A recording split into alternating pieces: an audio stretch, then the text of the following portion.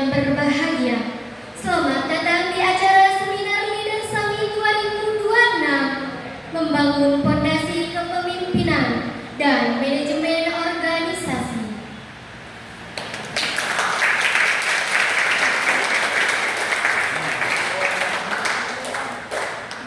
Yang terhormat kepada Kepala Madrasah Alia Salafiyah Al-Qahiriyah Al-Ustadz Humaini MPD. Yang terhormat Bapak Kurikulum Al-Ustadz Mansur SPD. Yang terhormat Bagian Kesiswaan Al-Ustazah EN Mu'arrofah SPD. Hadirin yang berbahagia, adapun susunan acara pada pagi hari ini yaitu pembukaan. Selanjutnya, pembacaan ayat suci Al-Quran, sambutan-sambutan, acara inti seminar, doa, dan yang terakhir penutup. Untuk acara yang pertama, pembacaan ayat suci Al-Quran yang akan dilantunkan oleh Saudari Yuyun Fadilah, kepadanya dipersilahkan.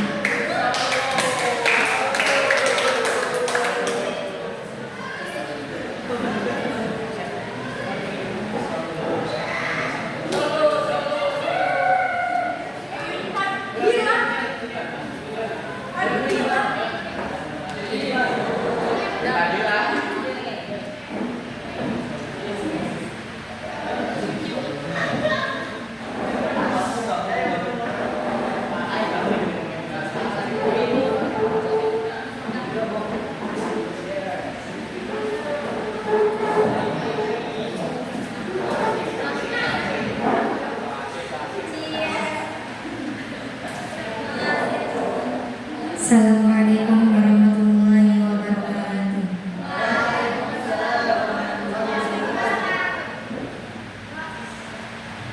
A'udzu billahi minasyaitonir rajim.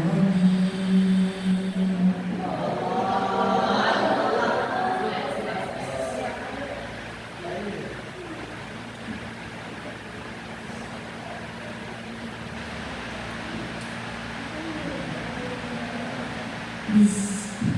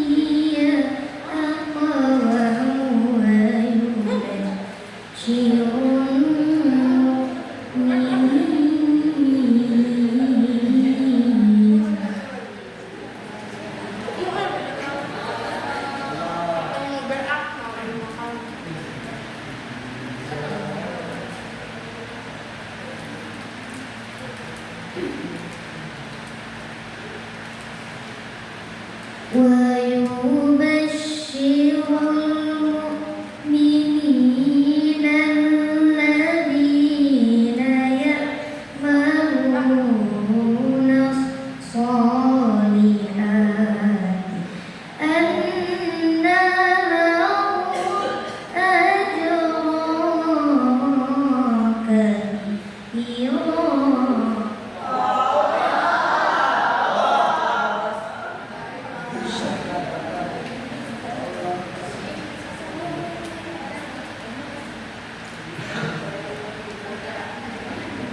وأن الذين لا يؤمنون بالآخرة أعتدنا لهم عذابا أليما.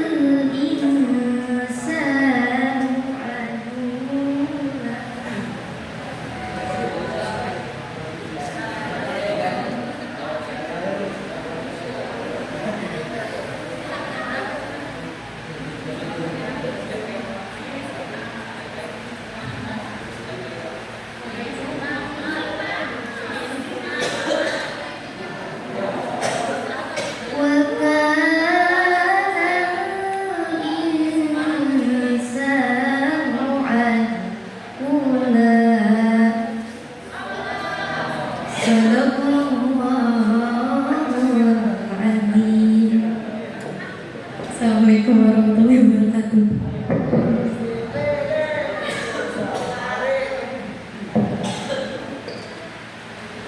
Terima kasih kepada Saudari Yuyun Fadilah yang telah melantunkan ayat suci Al-Quran.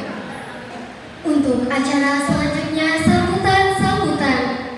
Untuk sambutan pertama yang akan disampaikan oleh Ketua Pelaksana Seminar kepada Saudara Agnes Rusdi, dipersilahkan.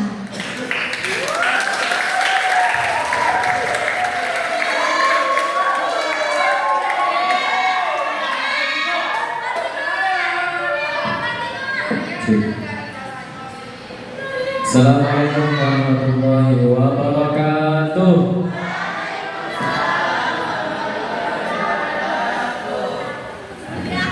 Sebenarnya kangen nih ngomong di depan siswa.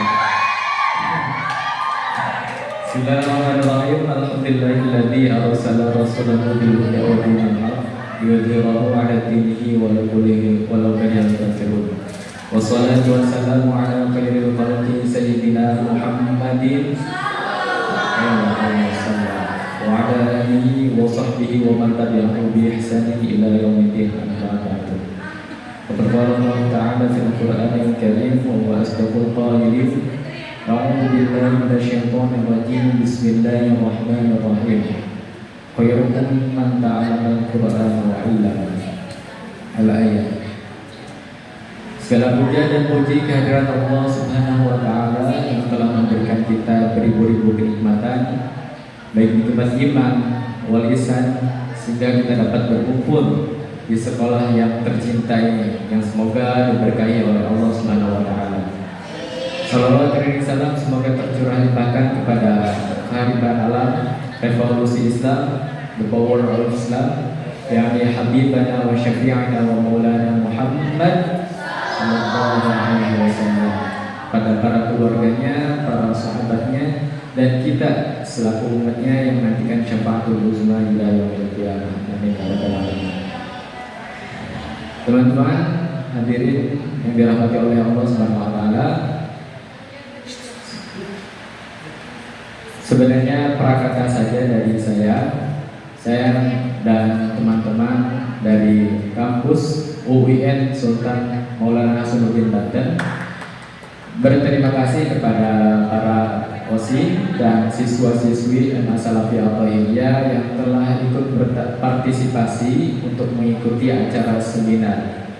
Adapun untuk seminar ini ada usulan saya dengan anak OSI. Jadi bagaimana kalau misalkan di masa ini ada seminar tentang kepemimpinan dan manajemen organisasi, karena itu adalah indikator yang sangat penting di kalangan siswa ini, terutama di masa. Dan alhamdulillah disetujui dari OSIS, dari kepala sekolah hingga ke kesiswaan semuanya menyetujui untuk acara ini. Adapun untuk acaranya ini berjudul Leader Summit 2026, membangun fondasi organisasi dan manajemen organisasi.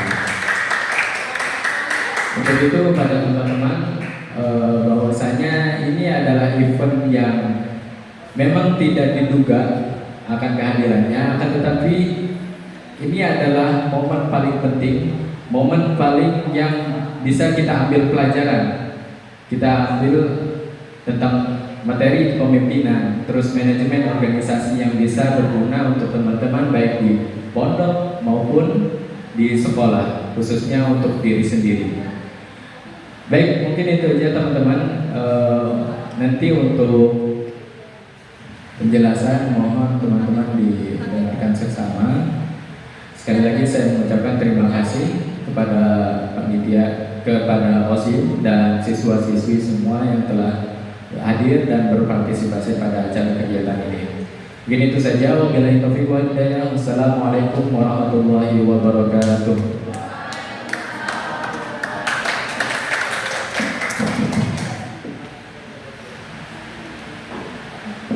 Terima kasih kami ucapkan kepada Saudara Akris Rusdi untuk sambutan yang terakhir sekaligus pembuka acara seminar pagi hari ini. Kepada Ketua OSIS Saudara Muhammad Fatih dipersilakan.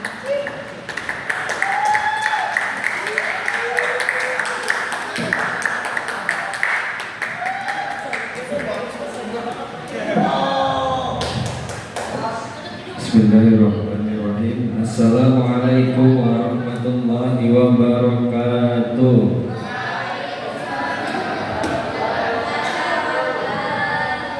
Alhamdulillahirabbil alamin wa bihi nasta'in 'ala umuri dunya waddin. Wassalatu wassalamu ala asyrofil anbiya'i wal mursalin walhamdulillahi rabbil alamin. Yang terhormat pada Kepala Madrasah Al-Masarabiyah Thahiriyah yakni Al-Ustaz Jumaini MPD beserta jajarannya yang tidak bisa saya sebutkan satu persatu, namun tidak mengurangi rasa hormat dan ta'zim saya. Dan yang terhormat kepada kakak-kakak UIN SMA Banten yang sudah berpartisipasi dengan OSIS dan MA Sarabia atau YGA. Baiklah, langsung saja. Mungkin tidak banyak saya berkata.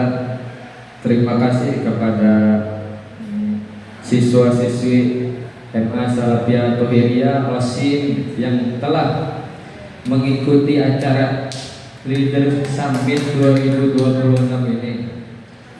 Dan terima kasih kepada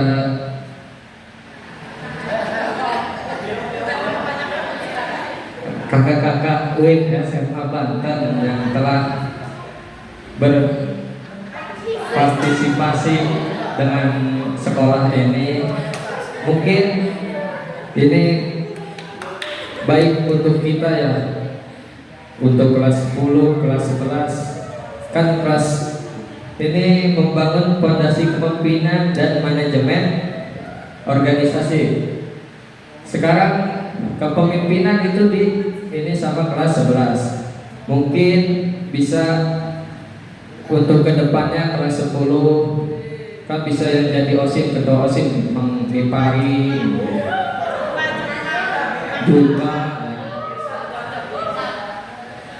Ya, mungkin itu saja yang bisa saya sampaikan. Mohon maaf. Wassalamualaikum warahmatullahi wabarakatuh.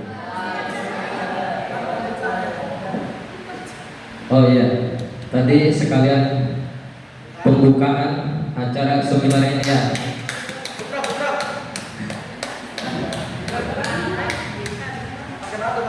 Dengan membukanya acara seminar Leader Summit 2026 dengan tema membangun fondasi kepemimpinan dan manajemen organisasi.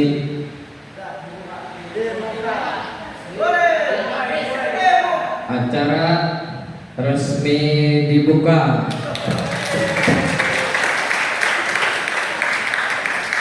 Assalamualaikum warahmatullahi wabarakatuh.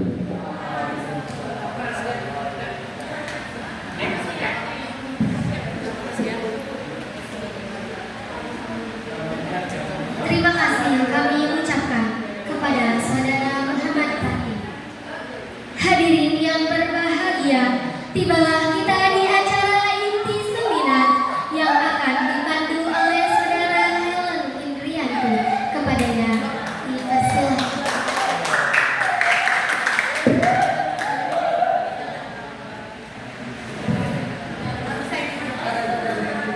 Assalamualaikum warahmatullahi wabarakatuh.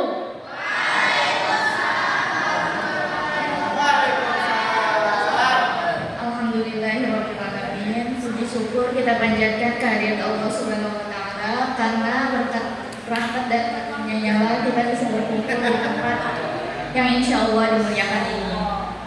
Perkenalkan, saya Helen Indrianti yang akan membantu jalannya acara hari ini.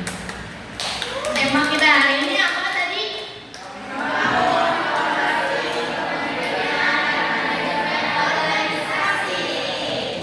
Nah, mungkin bagi teman-teman yang udah ikut organisasi, kepemimpinan dan manajemen organisasi itu udah biasa ya, udah sering didengar. Tapi kali ini kita bakal kasih materi dari Kak Mustahid sama Kak Aklis, yaitu mengenai kepemimpinan dan manajemen organisasi.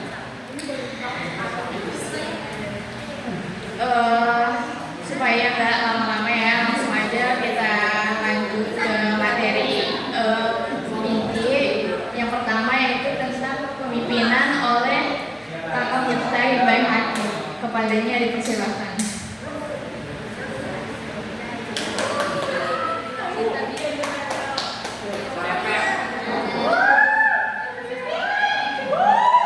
Assalamualaikum warahmatullahi wabarakatuh.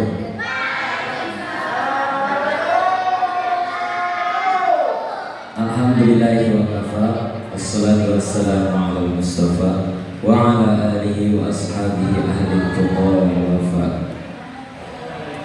Yang terhormat kepada Kepala Sekolah MA Salafiyah At-Thahiriyah dan dewan-dewan guru yang tidak bisa saya sebut satu persatu.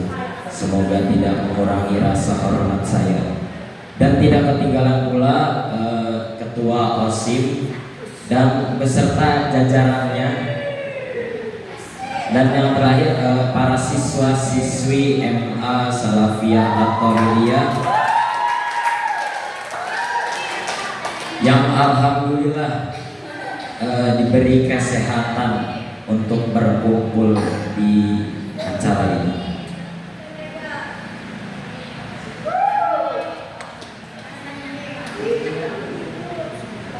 Sebelumnya saya izin memperkenalkan diri. Saya Mujtahid Baik Haki dari mahasiswa Prodi Komunikasi dan Penyiaran Islam Fakultas Dakwah UIN Sultan Maulana Hasanuddin Banten.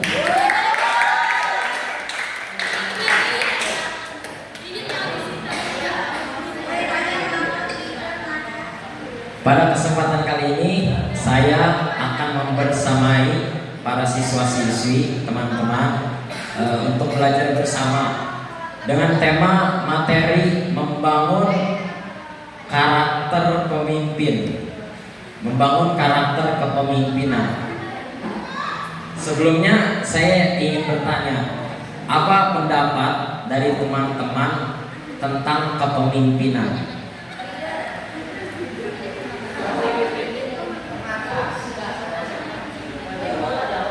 Takut yang mau ngomong banyak angkat tangan gak apa-apa.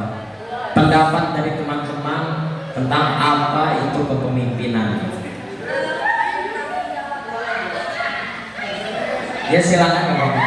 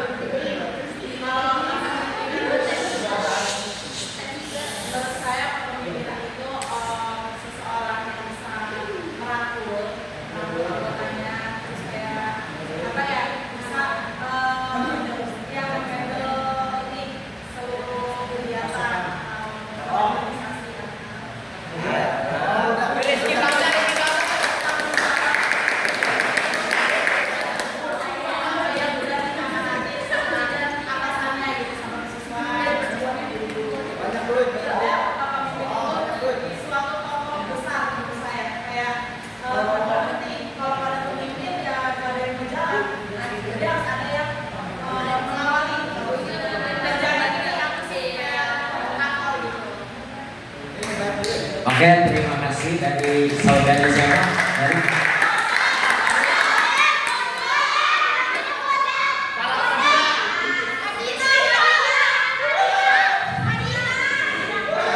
terima kasih karena memberi tentang pendapat yang sangat jelas tentang kepemimpinan. Cukup sangat jelas untuk kepemimpinan. Jadi kepemimpinan, banyak orang berpikir bahwa kepemimpinan itu identik dengan jabatan, kekuasaan atau menjadi atasan. Banyak orang berpikir bahwa kepemimpinan itu begitu. Padahal kepemimpinan itu bukan dilihat dari posisi, bukan dilihat dari jabatan atau sudah menjadi atasan, tetapi kepemimpinan itu dilihat dari sikap dan pengaruh yang kita berikan terhadap orang lain. Nah, dalam pemimpin itu bukan hanya sekedar menjadi bos atau yang tugasnya hanya memerintah. Justru pemimpin itu biasanya memberikan contoh dulu, baru memerintah. Itu yang disebut kepemimpinan. Lalu pemimpinan ada di mana saja. Setiap hari pasti ada di pemimpin. Kapan saja selalu ada kesempatan untuk menjadi pemimpin. Nah, artinya siapapun bisa menjadi pemimpin dalam kesehariannya. Tidak harus menunggu untuk menjadi ketua, tidak harus menunggu untuk mempunyai jabatan resmi. Saat kita mengajak teman-teman kita melakukan hal baik, bertanggung jawab dalam kelompok, dan mencontohkan hal baik, itu juga sudah termasuk dalam kepemimpinan. Nah, contoh yang kecil, ada ketua kelas. Di dalam sekolah ada ketua kelas. Tugasnya mengondisikan teman-temannya sebelum ustadznya masuk, sebelum gurunya masuk. Itu termasuk kepemimpinan. Dan ada ketua kamar. Ketua kamar itu tugasnya bertanggung jawab dalam menjaga kebersihan dan menjaga ketertiban. Kalau ada anggotanya yang kena masalah, dia yang bantu menyelesaikan. Itu termasuk seorang pemimpin. Dan di dalam pertemanan juga ada, tidak harus mempunyai jabatan, tapi kalau kitanya rajin, disiplin dan bertanggung jawab, itu sudah termasuk dalam kepemimpinan. Selanjutnya, mengapa kepemimpinan itu penting? Karena dalam kelompok atau organisasi, jika tidak ada pemimpin, kelompok tersebut akan berjalan namun tanpa arah jika tidak ada kepemimpinan. Jadi kepemimpinan itu penting membantu organisasi berjalan dengan baik. Pemimpin membantu mengarahkan kegiatan dengan terarah dan tertib, dan ada membentuk karakter dan tanggung jawab dan meningkatkan kerjasama tim. Dari kepemimpinan, seseorang dari kepemimpinan bisa memahami dalam karakter tanggung jawab dan membentuk karakter yang kuat. Dan dengan adanya kepemimpinan, kerjasama tim lebih teratur karena ada yang mengkoordinasikan. Selanjutnya, bekal untuk dunia kerja di masa depan. Pemimpin ini bukan berguna saat sekarang, bukan berguna saat di sekolah, tapi juga berguna untuk masa depan nanti. Hampir semua pekerjaan, semua organisasi atau kelompok itu membutuhkan kerjasama tim dan orang yang bisa mengatur dan mengarahkan.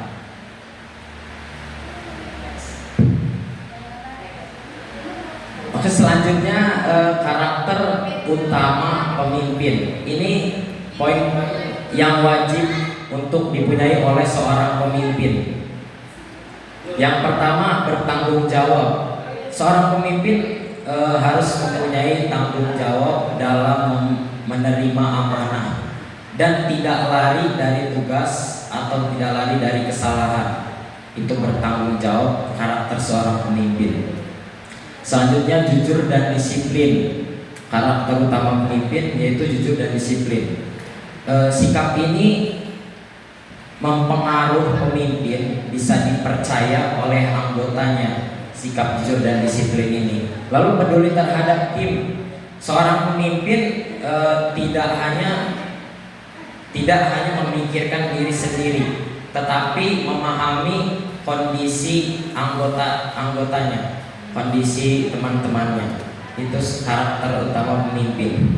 Lalu percaya diri berani mengambil resiko, berani mengajukan ide, dan berani berbeda pendapat dari yang lain. Itu percaya diri, karakter utama seorang pemimpin. Dan yang terakhir adalah komunikatif. Seorang pemimpin bisa mendengarkan pendapat dari yang lainnya dengan baik dan bisa menjelaskan arahannya dengan jelas, menjelaskan tujuannya dengan arahan yang jelas. Tadi yang disebut itu karakter utama seorang pemimpin.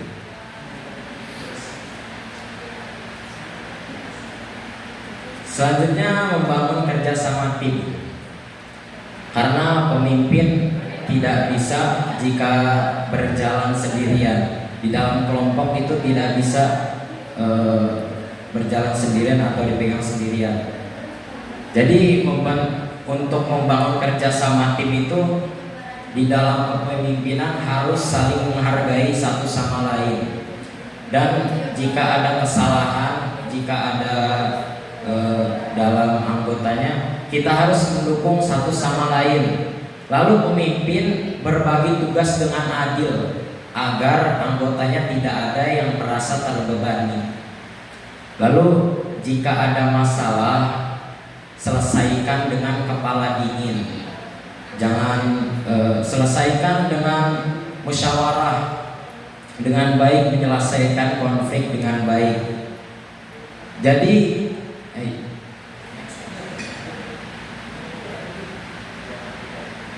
selanjutnya tentang seorang pemimpin. Jadi menjadi seorang pemimpin itu tidak mudah, bukan hal yang mudah. Pasti dalam apapun itu ada masalahnya, ada tantangannya. Tantangan seorang pemimpin, menjadi pemimpin bukan hal yang mudah. Banyak hal yang menjadi tantangan bagi seorang pemimpin. Yang pertama, salah satunya yaitu di dalam kepemimpinan. Tantangan seorang pemimpin yaitu perbedaan pendapat antar anggotanya. Perbedaan pendapat. Yang kedua, kurangnya komunikasi dari pemimpin, kurangnya komunikasi dari anggota-anggotanya. Selanjutnya, anggota yang tidak aktif atau anggota yang tidak peduli kepada kelompoknya, anggota yang kurang aktif. Dan tekanan tanggung jawab. Seorang pemimpin diharapkan dari anggotanya itu mempunyai tanggung jawab yang besar. Jadi dalam tantangan seorang pemimpin ini, seorang pemimpin itu harus mempunyai rasa yang sabar, harus bijak dalam menangani masalah agar masalah bisa selesai dengan baik.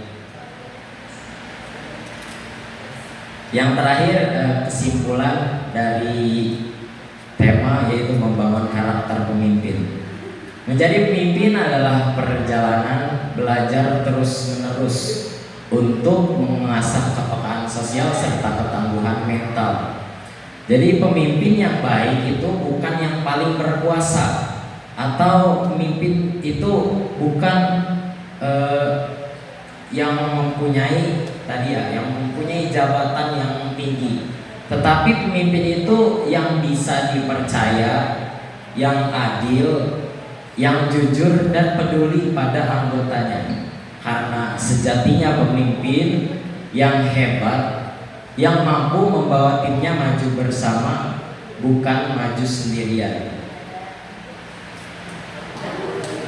Mungkin itu saja yang dapat saya sampaikan.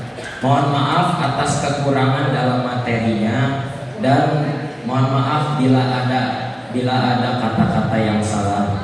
Kurang lebihnya mohon maaf. Setelah saya tutup, saya kembalikan kepada moderator. Wabillahi taufik wal hidayah. Wassalamualaikum warahmatullahi wabarakatuh.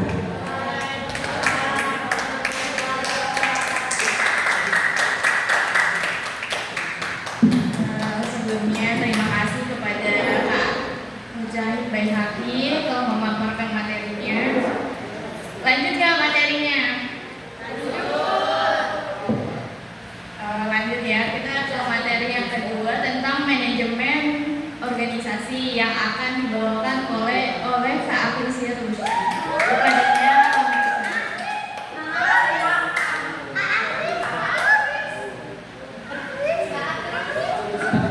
Cek. Ya, assalamualaikum warahmatullahi wabarakatuh. Laki-lakinya nggak ada suaranya nih.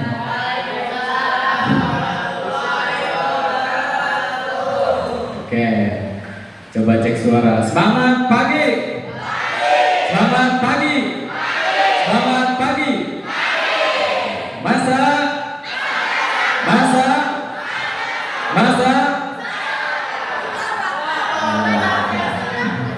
Oke, harus semangat ya masih pagi. Udah pada makan belum?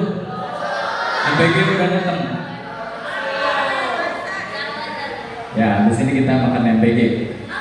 Oke, pada kesempatan kali ini dari Mang Aslis ya, Mang aja Bang ya. Dari Mang Aslis ini akan menjelaskan sedikit tentang manajemen organisasi.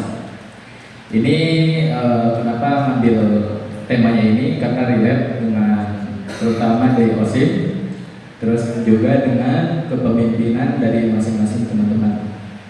Oke, teman-teman pernah nggak sih kalau misalkan masuk ke organisasi ataupun suatu komunitas, ada pernah melihat suatu organisasi di luar yang tidak aktif? Ada yang komunitas yang memang hanya namanya saja, pernah lihat? Nah, itu teman-teman ada kesalahan indikator-indikator yang tidak dilaksanakan dalam memanage organisasi. Oleh karena itu, manage organisasi atau manajemen organisasi itu sangat penting, terutama untuk organisasi.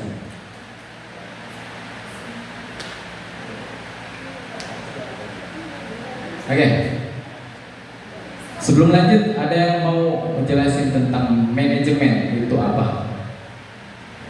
Ada yang tahu manajemen itu apa?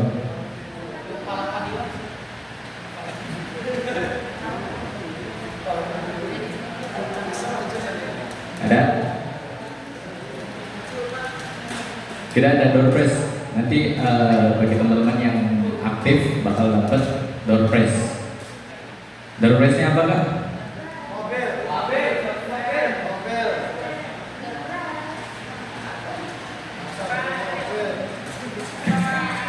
Ada sedikit uang tunai ya. Nanti kepada teman-teman yang aktif silakan nanti didengarkan. Teman-teman juga jangan lupa dicatat ya. Ini karena tidak ada di KBM, tidak bisa setiap hari ya. Nantinya ambil momen. Oke, next. Di sini tentang manajemen. Apa itu manajemen? Manajemen adalah ilmu dan seni mengatur proses pemanfaatan sumber daya manusia, sumber-sumber lainnya secara efektif dan efisien untuk mencapai suatu tujuan tertentu. Berbicara tentang manajemen, ini tidak melulu tentang organisasi teman-teman. Manajemen juga bisa terjadi pada diri sendiri. Bagaimana teman-teman memanage waktu, bagaimana teman-teman memanage tindakan teman-teman, memanage emosi teman-teman. Karena manajemen ini adalah suatu mengatur secara efektif dan efisien bagi teman-teman untuk mencapai suatu tujuan. Nah, kalau berbicara tentang organisasi, ini menyangkut kepada beberapa sumber daya. Oke, next. Nah, adapun untuk sumber dayanya, ini ada 4. Silakan teman-teman diingat. Yang pertama ada people, yaitu orang, sumber daya manusia. Lalu yang kedua adalah machine atau mesin. Lalu selanjutnya adalah metode atau metode. dan yang terakhir ada materials. Nah, berbicara dari sumber daya yang 4 ini, ada yang paling penting satu. Ada yang tahu apa? Ada yang mesin, ada yang people, ada yang apa lagi? Semuanya. Oke, ya tentunya semuanya juga menjadi kunci ya. Cuman ada satu yang harus prioritas terutama, itu adalah people. Kenapa people? Karena kalau misalkan orang-orang atau people itu bisa memanage dengan teliti, efisien, dan efektif, maka semuanya mulai dari mesin, pengaturan-pengaturan di dalam organisasi, lalu dalam metodenya diambilnya apa saja, terus material yang diambilnya pun lebih efektif, itu berkunci kepada people. Kalau misalkan people sendiri atau orang-orang tersebut memiliki sumber daya yang cukup, itu bisa menjalankan tugas-tugas ataupun prosedur yang harus dijalankan tadi, mulai dari mesin, metode, materials. Nah, itulah sumber daya yang 4 ini. Nah, yang mana tadi pengertian manajemen adalah ilmu dan seni yang mengatur sumber daya, diantaranya ini, yaitu people, machine, method, dan materials untuk mencapai suatu tujuan tertentu. Oke, lanjut. Nah, sekarang organisasi. Oke, ganti slide. Ulangi kayak tadi sebelumnya. Oke, organisasi, ada yang mau jelasin? Apa itu organisasi? Anak Osim, masa sih nggak tahu? Organisasi, silakan satu orang. Gak apa-apa, gak harus bener kok. Ya, boleh. Kasih tepuk tangan buat Yuyun. Menurut saya, organisasi itu kelompok gitu. Satu orang atau lebih itu bisa diolah organisasi. Ya, mungkin singkatannya kayak gitu. Oke, terima kasih Yuyun. Dari laki-laki ada? Oke, bisa.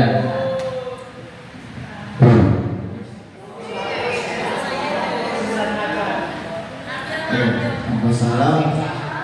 Menurut saya, organisasi itu suatu lembaga yang berisi sekitar 5 orang atau lebih. Ya, di organisasi itu pasti ada maksudnya kenapa dibikin organisasi itu. Kayak OSIM buat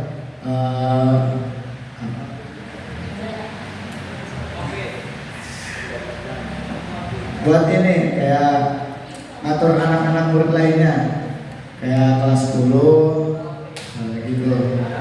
Terus ngebantuin kayak semacam acara, tergantung di sekolah-sekolah lainnya. Terus kalau organisasi di masyarakat itu biasa yang diikuti oleh masyarakat lainnya, kayak orang yang terpandang itu biasanya dipimpin oleh orang tersebut itu kalau buat di masyarakat. Terus itu juga penting buat di lingkungan sekitar gitu. Oke, makasih ya Beja.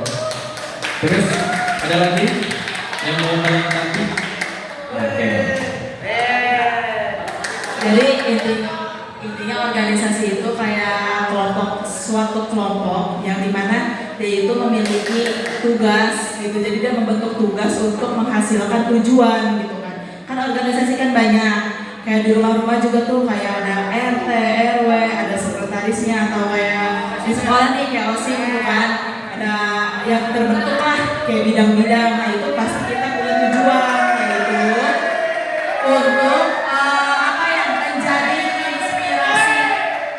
menjadi inspirasi buat anak-anak yang lain gitu loh. Tujuan organisasi pasti itu untuk menjadi inspirasi.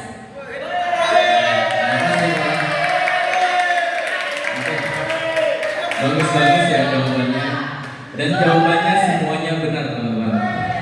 Jadi tadi mulai dari Yuyun adalah suatu kelompok atau lembaga, lalu ditambah lagi dari Abizar lebih mengartikan yang tidak general ya, kayak di OSIS itu ada OSIS, organisasi yang mengatur ke siswa. Terus tadi dari Farah juga adalah satu kelompok yang mana mencapai satu tujuan.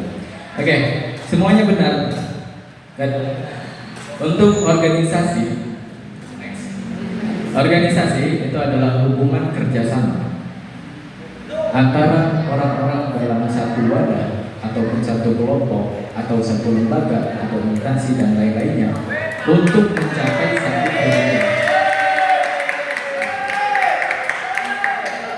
Yaitu pengertian dari organisasi. Nah ini general ya, artinya masih umum. Dan organisasi itu banyak. Kalau di sekolah ada masih, di masyarakat ada ormas. Saya nggak nyebut merek loh. Terus untuk pentingnya dalam manajemen organisasi. Nah, setelah kita mengetahui tentang manajemen, terus dengan organisasi itu untuk apa sih? Yaitu untuk mengukur perkembangan, percepatan dan dari organisasi tersebut. Tentunya dalam suatu organisasi tidak bisa kita tidak adanya evaluasi, tidak ada pengukuran. Artinya harus ada pengukuran dan ada evaluasi. Dan ini halnya penting teman-teman untuk merencanakan dalam organisasi tersebut. Bahkan dalam organisasi banyak sekali indikator-indikator yang harus dijalankan. Nah, mengenai tentang manajemen organisasi, kenapa manajemen organisasi itu penting? Karena manajemen organisasi adalah satu indikator keberhasilan teman-teman. Kalau misalkan manajemennya buruk, maka organisasi itu akan bukan buruk tapi tidak berjalan. Maka itulah pentingnya manajemen organisasi. Oke, next. Nah, mengenai tentang organisasi, ini ada filosofi dari Sahu Lidi. Kalau misalkan ada beberapa orang, mungkin teman-teman suka melihat beberapa orang, segerombolan orang, mereka berkumpul sehari, 2 hari, 3 hari, tapi mereka tidak ada tujuan yang sama. Mereka cuma hanya kumpul, mungkin itu hanya di pasar ataupun mengikuti event, itu tidak ada tujuan. Nah, itu tidak bisa disebut dengan organisasi karena tidak mencapai adanya tujuan. Akan tetapi itu disebutnya adalah sebuah potensi. Nah, jikalau Sahu Lidi dari satu persatu ataupun segerombolan orang tadi berkumpul untuk mencapai satu tujuan, kalau misalkan Sahu Lidi untuk membersihkan rumah, halaman, nah itu ada terbentuknya satu tujuan dan itu adalah filosofi dari organisasi. Oke. Selanjutnya mau tanya lagi nih, ada yang tahu apa perbedaan dari komunitas dengan organisasi?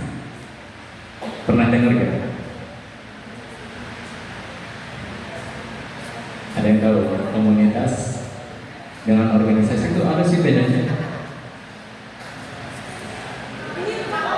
Ada?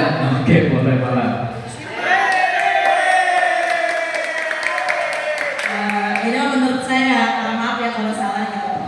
Kalau menurut saya komunitas itu kayak hanya sebuah kumpulan orang-orang gitu lah ya. Tapi kalau misal organisasi itu dia tuh kayak apa ya? Kayak punya tujuannya gitulah gitu tuh. Jadi kalau komunitas mah jadi dia kayak cuma kumpulan orang-orang dan tujuannya itu enggak yang kayak untuk benar-benar bersatu gitu tuh. Misalnya kayak komunitas perkumpulan yang sukanya hobi silat gitu tuh ya misalnya.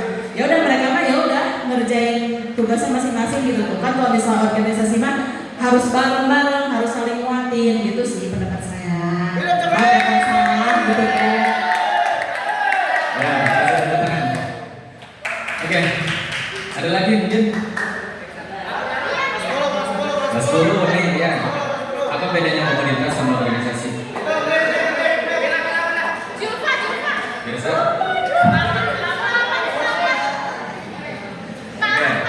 Ya betul tadi jawaban dari awal. Akan tetapi saya izin melengkapi bahwasanya untuk komunitas sendiri itu adalah suatu perkumpulan, memang benar suatu perkumpulan yang mereka ada satu tujuannya karena ada misal ada komunitas motor, ada tujuannya ya pengen kumpul orang-orang yang bermotor. Terus ada komunitas, mungkin komunitas membaca, orang-orang yang suka membaca, orang yang minat literasi, mereka berkumpul untuk bedah buku misalkan. Nah, namun di dalam komunitas itu ada satu yang membedakan dengan organisasi, yaitu tidak ada yang namanya, kalau misalkan di negara itu ada undang-undang. Cuman kalau di organisasi itu ada yang namanya ADART. Nah, komunitas ini tidak ada ADART, mereka tidak terikat dengan ADART sehingga lebih bebas. Mereka hanya berkumpul ya semau gua gitu tuh, mau kumpul enggak ya udah. Kalau misalkan organisasi dia ada keterikatan untuk organisasi sendiri ya. Jadi bedanya itu ada ADART tadi. Sebenarnya banyak indikator-indikator lainnya. Memang agak berbeda sama tipis ya. Cuman ada beberapa indikator dari ADART, terus ada logo, terus ada nama. Itu juga menjadi indikator perbedaan antara komunitas dan organisasi. Oke, next. Oke, dalam aktivitas manajemen sendiri itu ada yang dinamakan dengan POAC. Apa?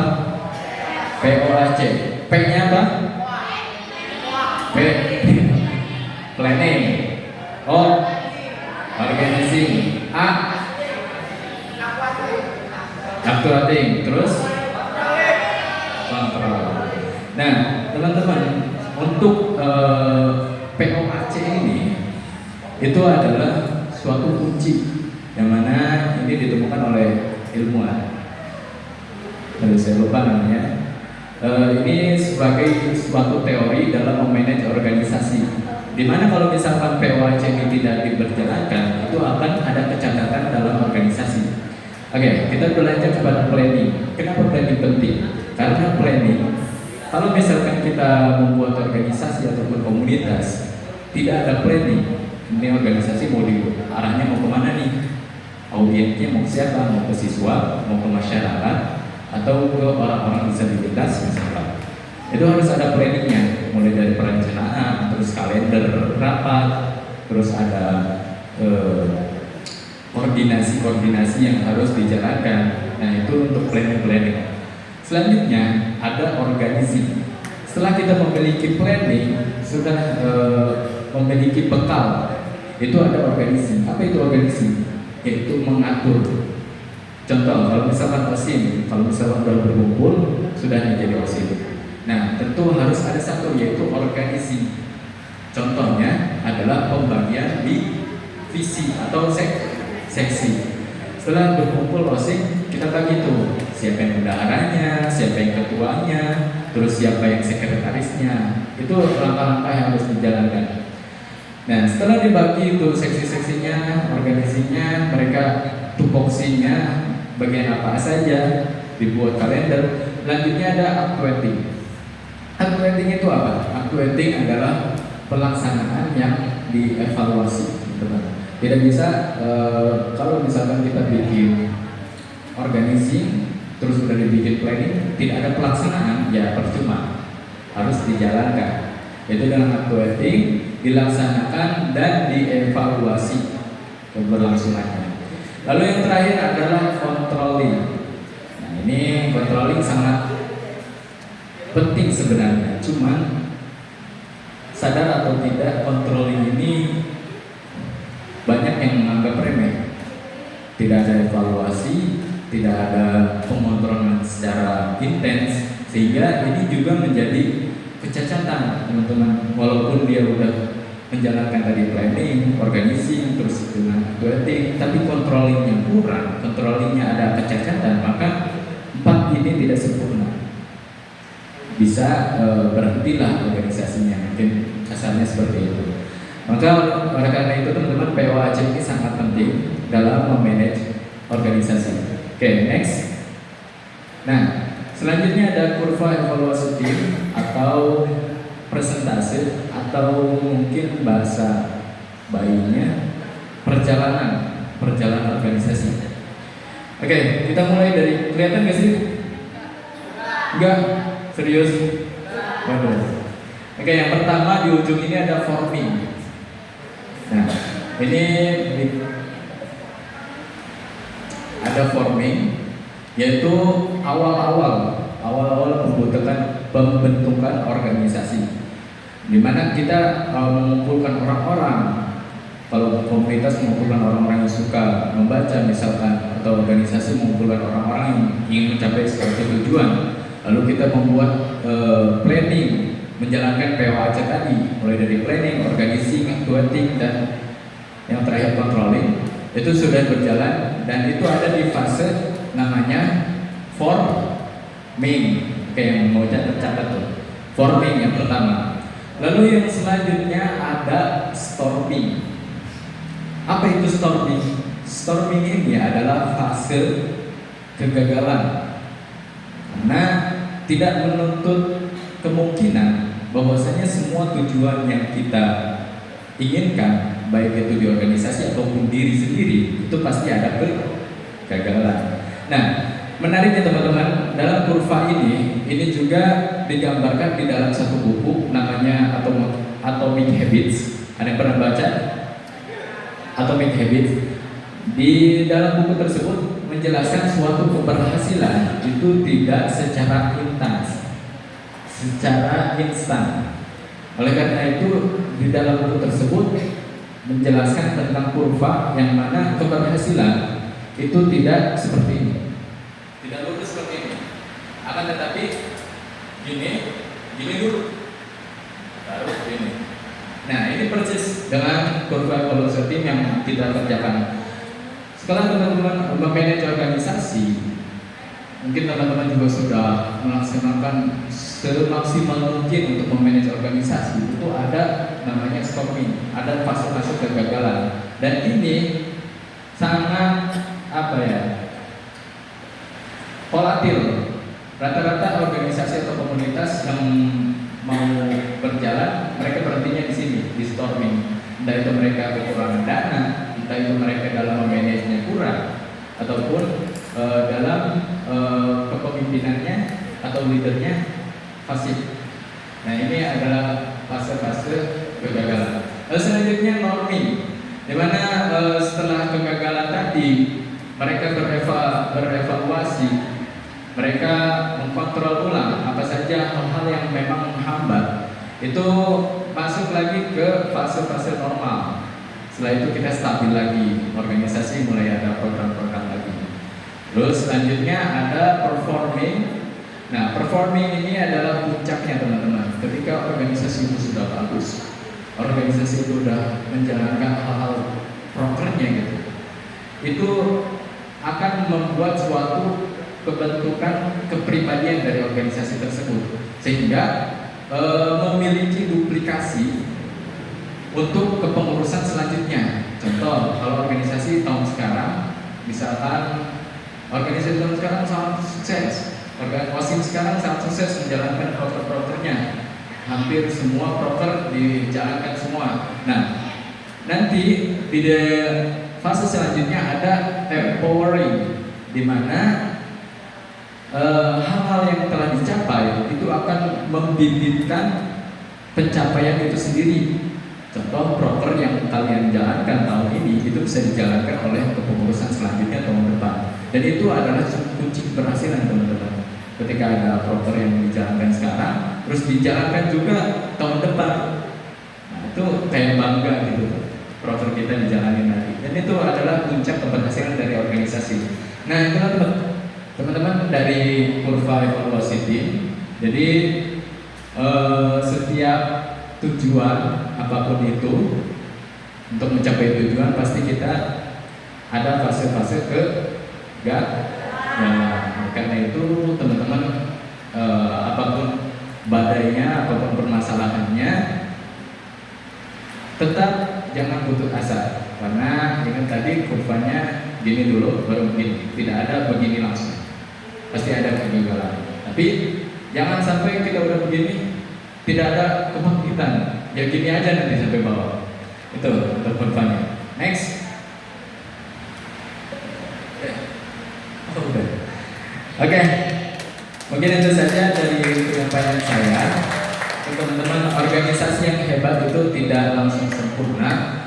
Mereka tumbuh melalui fase adaptasi, melawan badai, masalah, hingga akhirnya mampu menduplikasi menduplikasi kesuksesan itu tersebut. Oke, mungkin itu saja dari saya. Saya kembalikan kepada moderator. Assalamualaikum warahmatullahi wabarakatuh.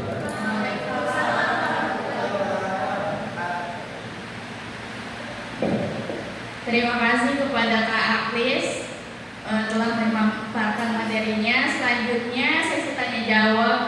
Untuk yang ingin bertanya dipersilakan.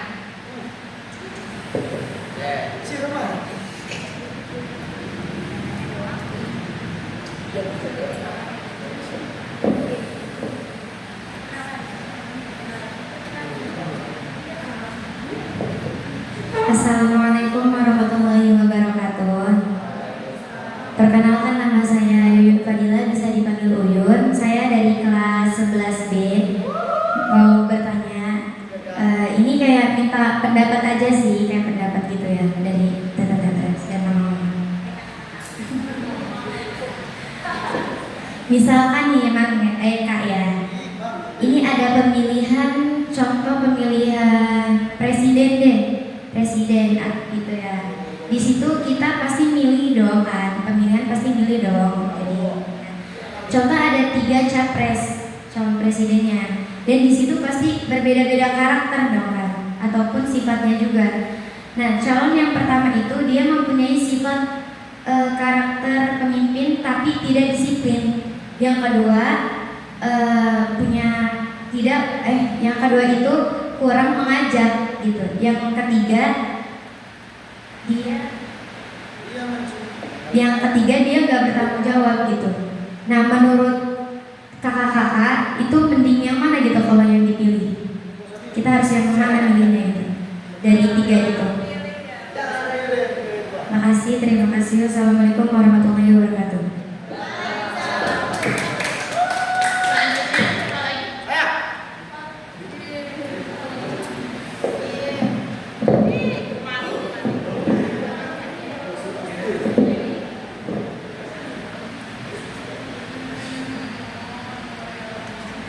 Masalah, saya mau bertanya akan menjelaskan tadi tentang kepemimpinan leader. Jadi saya pernah satu pengalaman yang pernah saya rasakan. Ada semisalnya pemimpin yang diamanahkan oleh guru atau orang lain untuk menyatukan kelompoknya. Pastinya di kelompok itu pasti harus ada aturan, entah untuk mengajar atau harus bahasa gaulnya mengkompakkan kelompok itu sendiri. Nah, tetapi kalau misalnya dia ditunjuk untuk menjadi pemimpin agar kelompok itu bisa kompak, tapi kenapa pemimpin itu tidak mengikuti aturan tersebut? Kenapa harus timnya saja yang harus mengikuti aturan tersebut itu? Nah, jadi saya mau minta pendapatnya, apa yang harus dilakukan oleh tim untuk membicarakan hal ini kepada pemimpin tersebut agar sadar diri, karena pemimpin itu juga pengaruh untuk tim agar ada penasehat untuk tim-tim tersebut.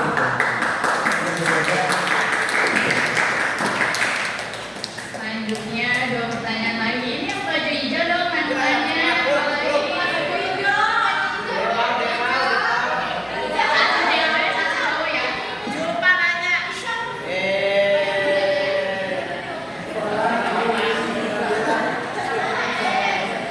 Assalamualaikum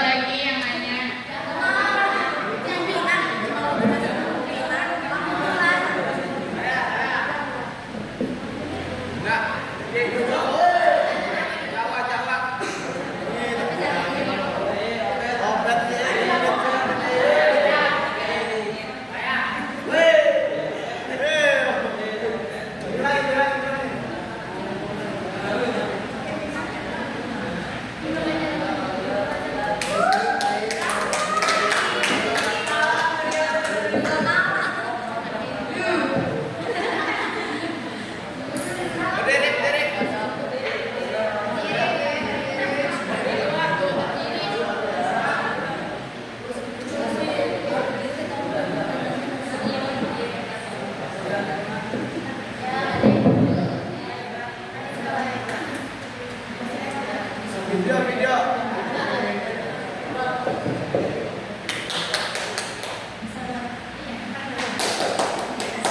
warahmatullahi wabarakatuh. Ya, izin bertanya. Perkenalkan, nama saya Zahwa dari kelas 10A.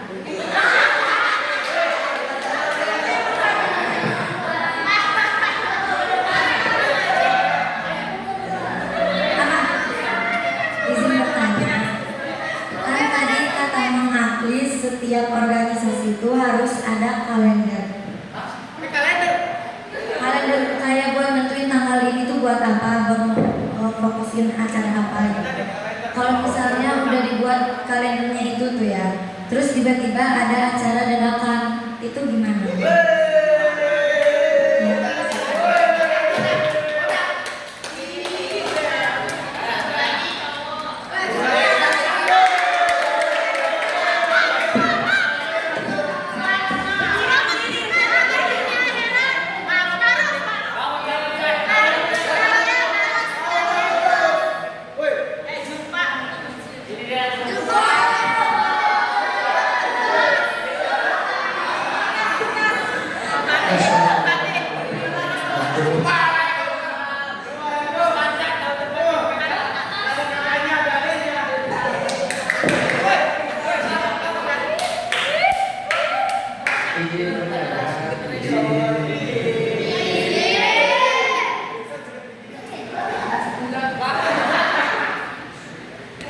Apa yang kita harus lakukan apabila ada seorang pemimpin yang egois, yang tidak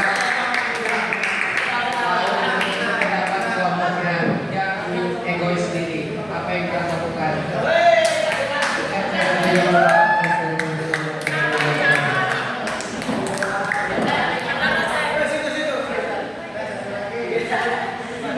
Bagus-bagus ya pertanyaannya. Mungkin bakal langsung dijawab sama Kak Aklis dulu.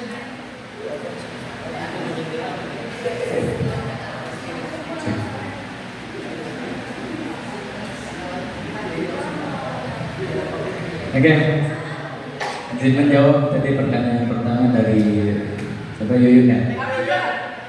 Bagaimana tanggapannya ketika ada suatu calon untuk menjadi pemimpin akan tapi ada kecacatan, tadi diantaranya ada 3 ya? Oke, gitu nggak? Oke, teman-teman, sebelumnya kita harus tahu dulu ada beberapa kategori dalam kepemimpinan.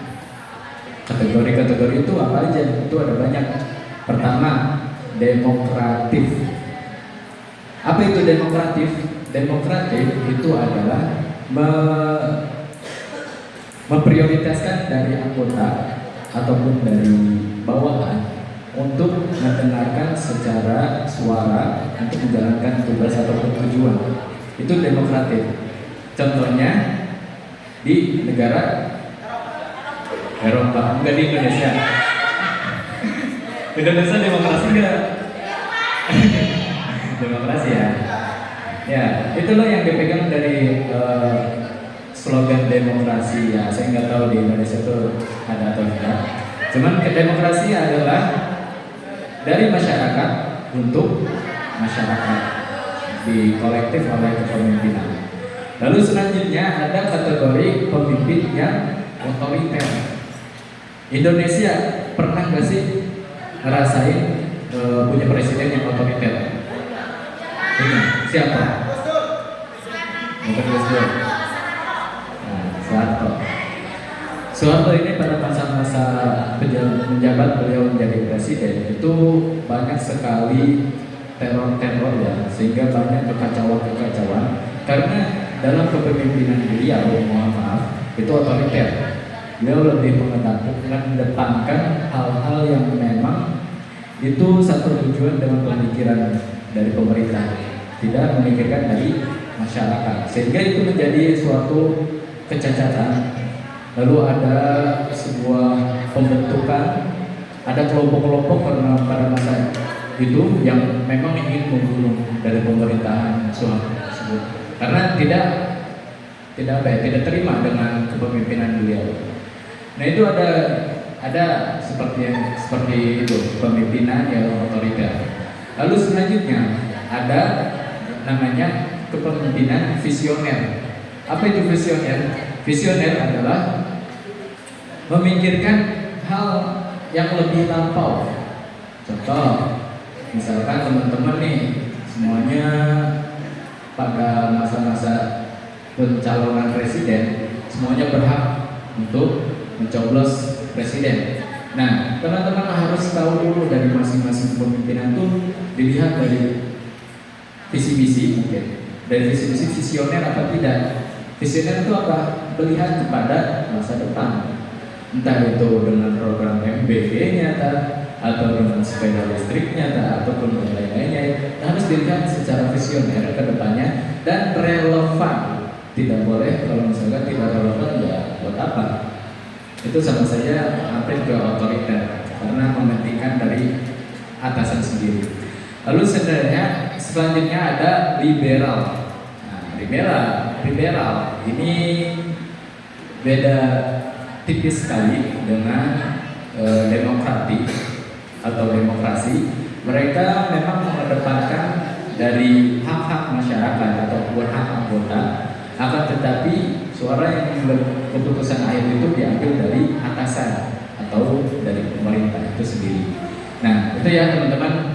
Sebenarnya masih ada berapa tuh? Ada 5. Ada demokratif, terus ada otoriter, ada visioner dan liberal. Nah tadi kalau misalkan kita melihat ada suatu ketika satu case bahwasannya kita harus mencoblos satu orang pemimpin untuk memimpin entah itu RT ataupun RW, lurah dan lain-lain. Nah, dilihat dulu kalau misalkan kecatatannya apa tadi yang pertama, diulang.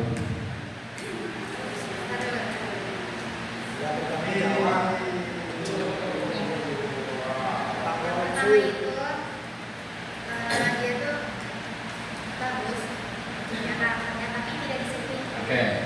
Terus? Yang kedua kurang bisa mengajak. Yang ketiga itu dia tidak bisa bertanggung jawab. Oke. Kelihatan ya? Dan itu masuk loh ke kategori yang saya jelaskan.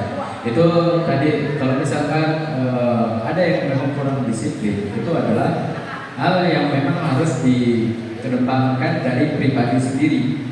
Terutama kalau misalkan kategori kepemimpinan tadi yang 5. Kalau misalkan kecacatan hal yang personal tadi, itu teman-teman harus lebih kolektif. Ya.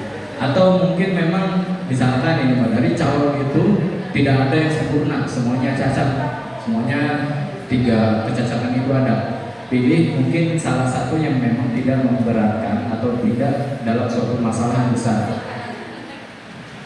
Jujur saya kalau misalkan suruh pilih, ya saya mending orang yang tidak berkompeten tapi dia disiplin. Karena kalau misalkan dia konteksnya inkompeten, dia bisa belajar. Dia harus berproses dulu, maka nanti kedepannya akan kompeten. Tapi kalau misalkan dia tidak disiplin, nah itu susah. Bagaimana dia mau belajar kalau misalkan dia nggak disiplin? Ya, mungkin itu. Yuyun gimana? Cukup? Oke. Lanjutnya pertanyaan.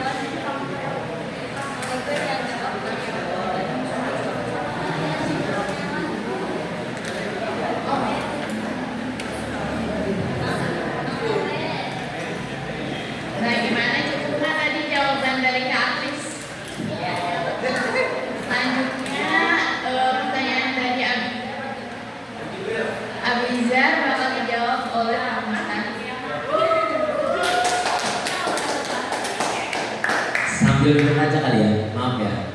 Izin menjawab nih, tadi pertanyaannya kalau ada seseorang yang ditunjuk untuk menjadi pemimpin, terus tidak menjalankan amanahnya, lalu apa yang harus dilakukan dari anggota tim? Kalau ada pemimpin yang tidak menjalankan amanahnya atau yaitu tidak menjalankan amanah, anggota tim tidak boleh diam, tapi juga tidak boleh melawan dengan emosi.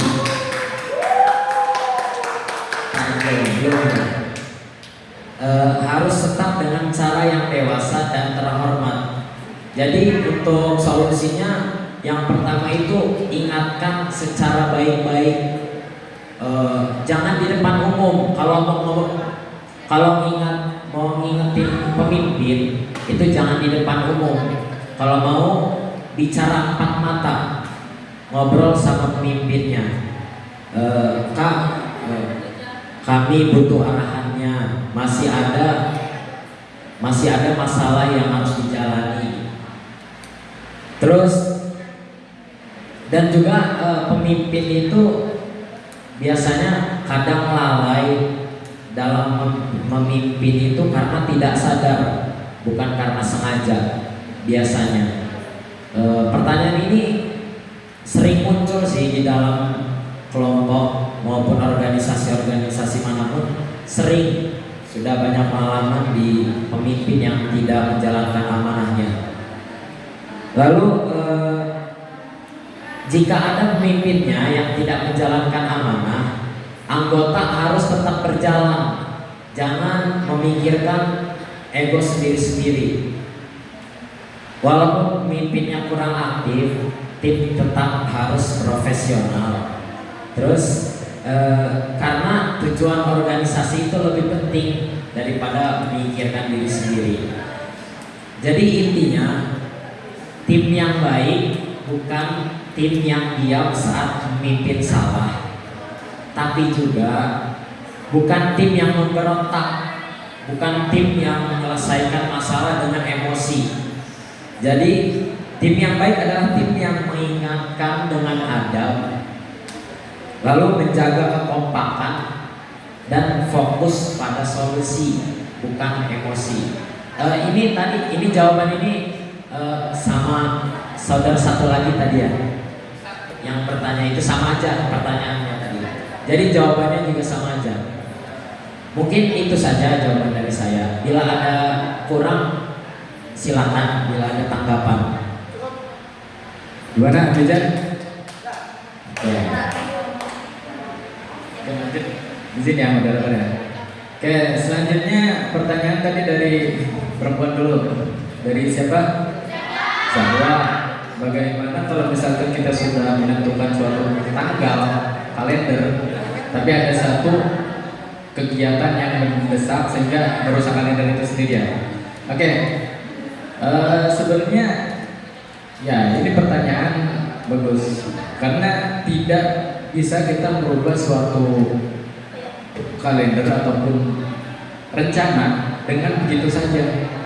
Harus ada prosedur-prosedur yang dijalankan. Oke, sekarang mau tanya, di OSIP itu ada rapat apa aja? Rapat internal, rapat bulanan, udah. Oke.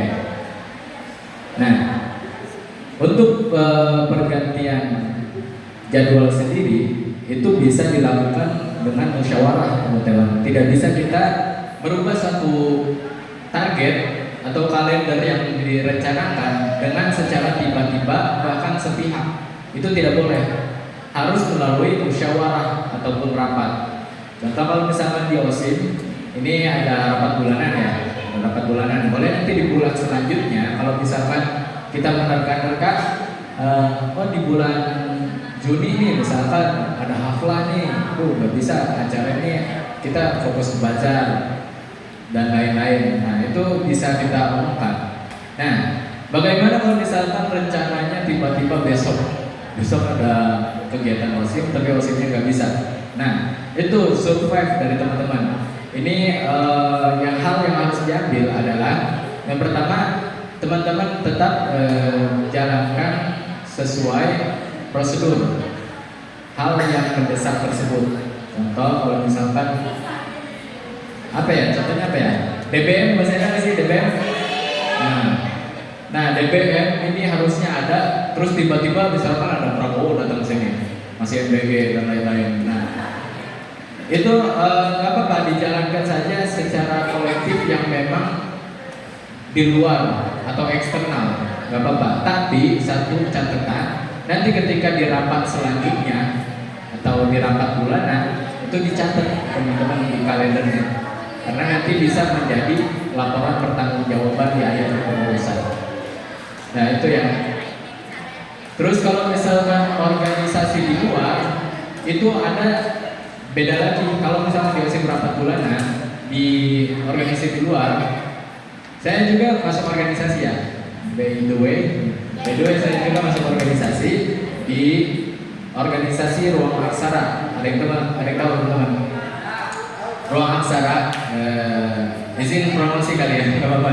Jadi Ruang Aksara ini orang-orang yang minat literasi, orang-orang yang suka gemar membaca.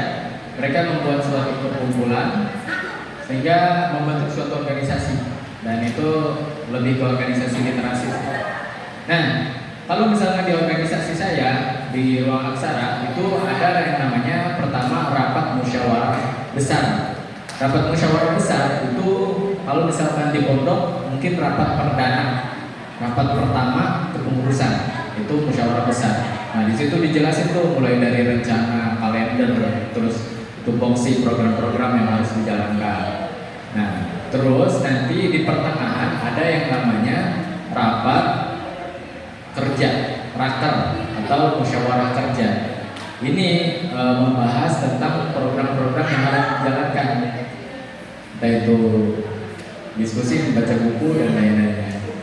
Terus terakhir ada rapat ditutup dengan rapat pleno. Rapat pleno ini rapat kepengurusan. Ya nggak beda jauh lah dari OSIM juga. OSIM juga ada LPJ kan, ada rapat terakhir. Nah itu sama saja.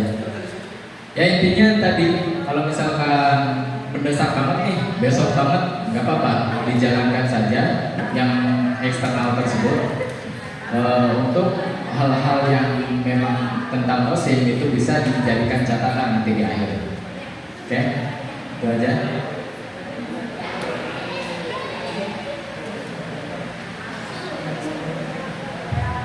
Ya. Oke, saya kembalikan kepada moderator.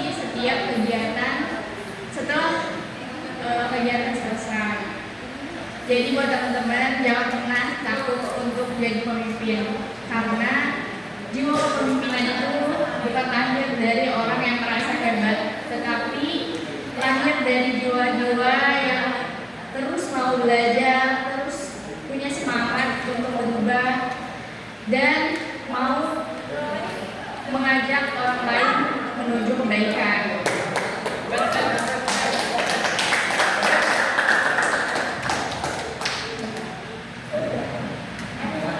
Oke, izin ya, sesuai janji tadi di awal teman-teman yang aktif ada sedikit door prize dari kita. Dikasih door prize sama Kak Chris.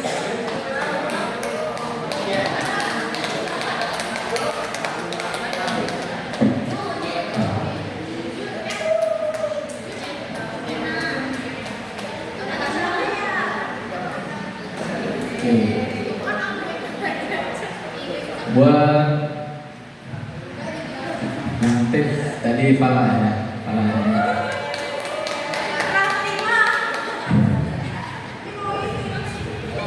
ada buah jajan es. Terus dari laki-laki bisa. Ya.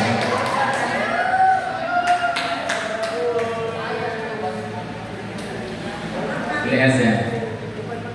Oke, tadi ada siapa lagi yang nanya? Gua sama Uyun sama Irsyad ya. Oke. Ini uangnya nyatu di gimana nih?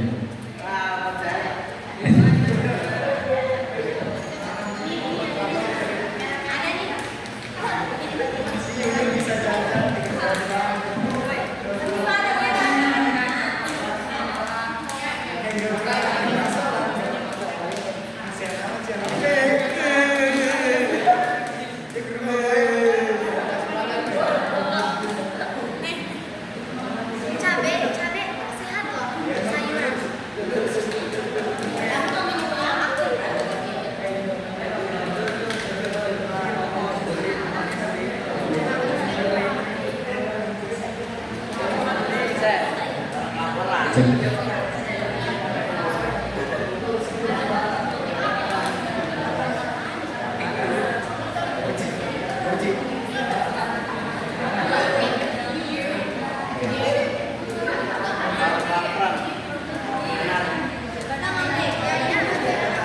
Oke. Buat siapa tadi siapa? Buat beres. Uyun. Buat Irsyad. Jangan kesan.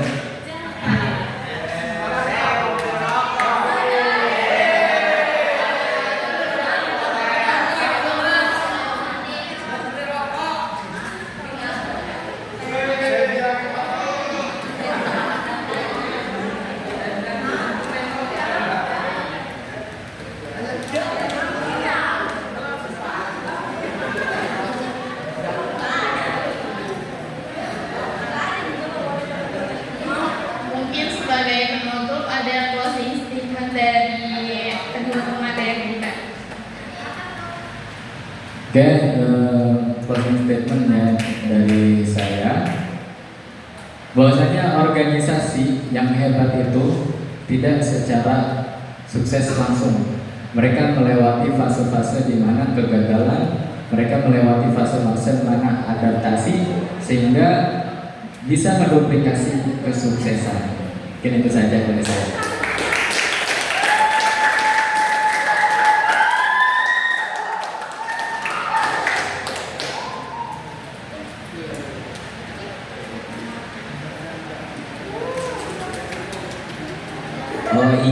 Izin untuk tadi kesimpulan dari materi kepemimpinan. Jadi kepemimpinan itu bukan siapa yang paling berkuasa dan bukan siapa yang mempunyai jabatan yang tinggi, tapi bagaimana seorang pemimpin yang baik itu bisa membuat kita berpengaruh, membuat kita mengikutinya tanpa rasa takut, tapi karena rasa percaya dan menghormat.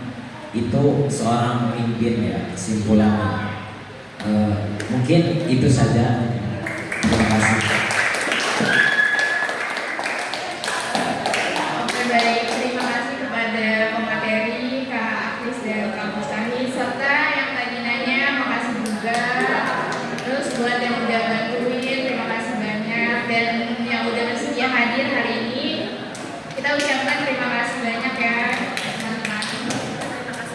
Mungkin saya sebagai moderator pamit undur diri. Wassalamualaikum warahmatullahi wabarakatuh.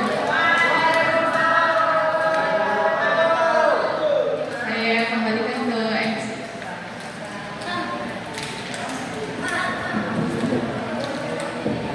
Oke, terima kasih kepada moderator dan para pemateri yang telah menyampaikan materi. Di hari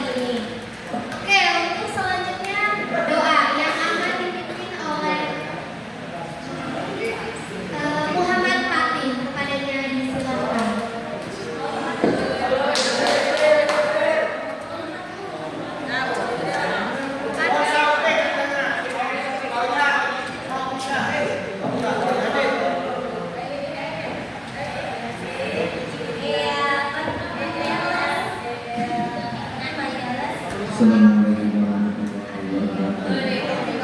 Allahumma shalli ala sayyidina Muhammad wa ala alihi wa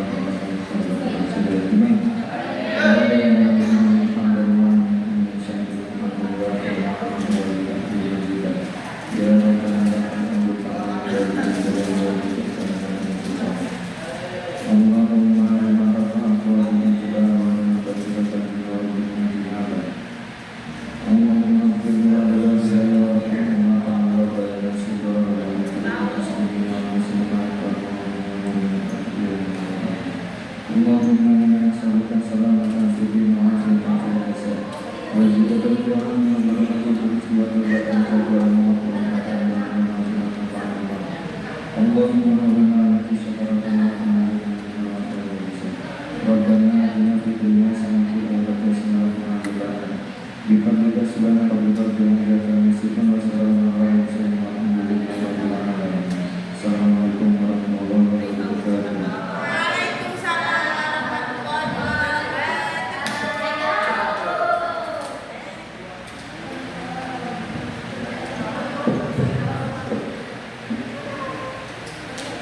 Oke, terima kasih kepada saudara Pati yang telah memimpin doanya. Oke, untuk acara selanjutnya yaitu penutup. Marilah kita tutup acara pada pagi hari ini dengan bersama-sama membacakan doa Al-Fatihah. Oke, saya selaku MC kami undur diri. Terima kasih. Wassalamualaikum warahmatullahi wabarakatuh.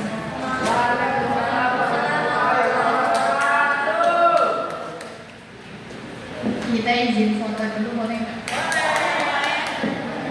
Sama asisten Ramadan. Buat ketua OSIM silakan.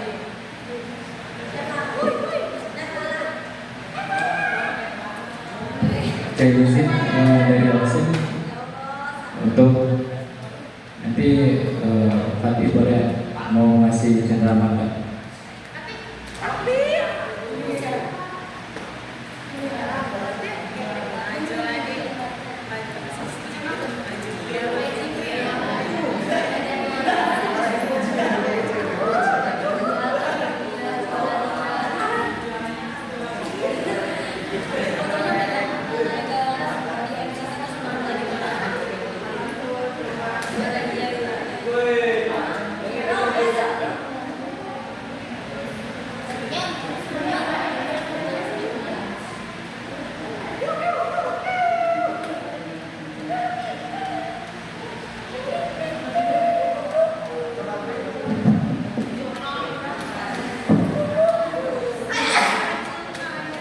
Cek. Oke, sekali lagi terima kasih ya kepada teman-teman yang udah ikut partisipasi, udah ikut hadir di acara kita. Sekali lagi terima kasih banyak kepada siswa-siswi dan mesin. Oke, selanjutnya kita foto bareng ya.